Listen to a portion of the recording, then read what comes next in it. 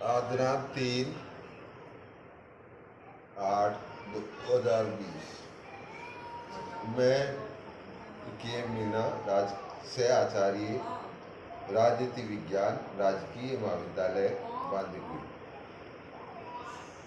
BA part third और MA previous की content दास्ता पर अरस्तु के विचार।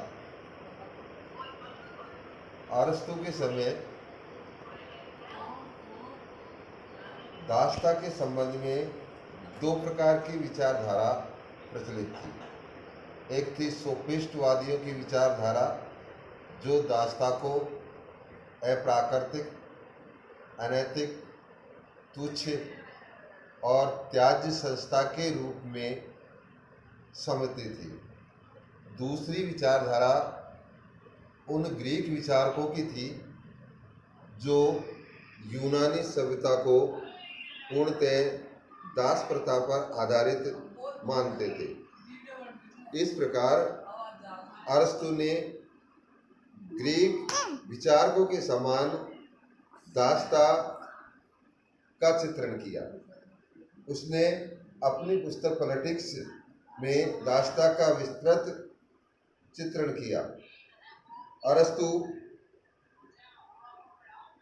ने दास्ता को एक प्राकृतिक संस्था के रूप में चित्रण किया, और उसका कारण था क्योंकि समस्त यूनानी सभ्यता दास प्रथा पर आधारित थी, और अगर अरस्तु दास प्रथा को अप्राकृतिक, अमानवीय मानता तो पूरी यूनानी सभ्यता नष्ट भ्रष्ट हो जाती। इसलिए एक पक्षपाती विचारक के समान अरस्तु जैसे राजनीतिक वैज्ञानिक के द्वारा दास्ता जैसी तुच्छ संस्था का समर्थन तर्कशास्त्र का अपमान ही कहा जा सकता है। लेकिन अरस्तु के सामने कुछ मजबूरियां थी, जिसके कारण उन्होंने दास प्रथा का समर्थन किया। सबसे पहली बात थी कि यूनानी सभ्यता दास प्रथा पर आधारित थी। दूसरा, उन्होंने कारण बताया कि गृह प्रबंध की समुचित व्यवस्था के लिए दासों की आवश्यकता है। और तीसरी बात उन्होंने बताई कि स्वामी के जीवन को सुविधा में और अवकाश में बनाने के लिए दासों की आवश्यकता थी। अरस्तु ने बताया कि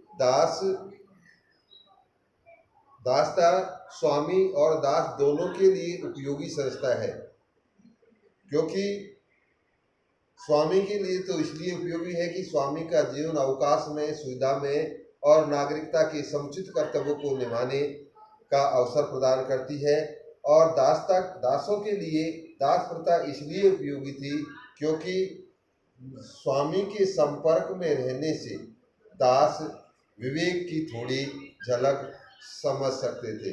इस प्रकार अरस्तु ने दास्ता का जो चित्रण किया वह उस समय की यूनानी पद्धतियों के आधार पर किया। उन्होंने बताया कि गृह प्रबंध की समुचित व्यवस्था के लिए दो प्रकार के उपकरणों की आवश्यकता है। एक सजीव उपकरण, जिसमें हाथी, घोड़ा और अन्य पशु और दास, इनको सजीव उपकरण के रूप में चित्रित किया। दूसरे निर्जीव उपकरण, मकान, खेत और अन्य ऐसी अचल संपत्ति निर्जीव उपकरणों के रूप में बताया।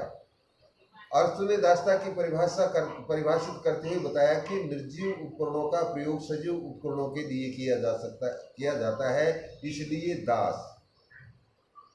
वह सजीव उपकरण है जिसके द्वारा निर्जीव उपकरणों का उपयोग किया जाता है।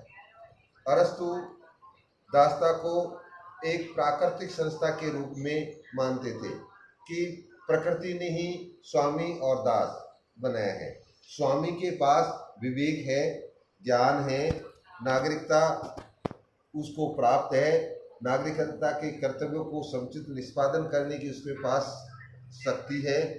दूसरी ओर दास्ता या दासों के पास इसका पूर्णतः अभाव है। इसलिए अरस्तु ने कहा कि जो प्रकृति से ही अपना नहीं अपितु दूसरों का है वह दास है। अरस्तु ने पूर्णतः दासों को स्वामी का बनाया। दास पूर्णतः स्वामी के नियंत्रण में है, स्वामी दासों के नियंत्रण में नहीं है।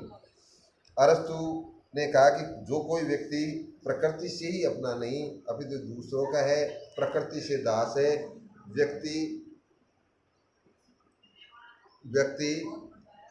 प्रकृति दास होते हुए, मानव होते हुए भी संपत्ति की वस्तु है। इस प्रकार अरस्तु ने दासता का विस्तृत चित्रण अपनी पुस्तक पॉलिटिक्स में किया।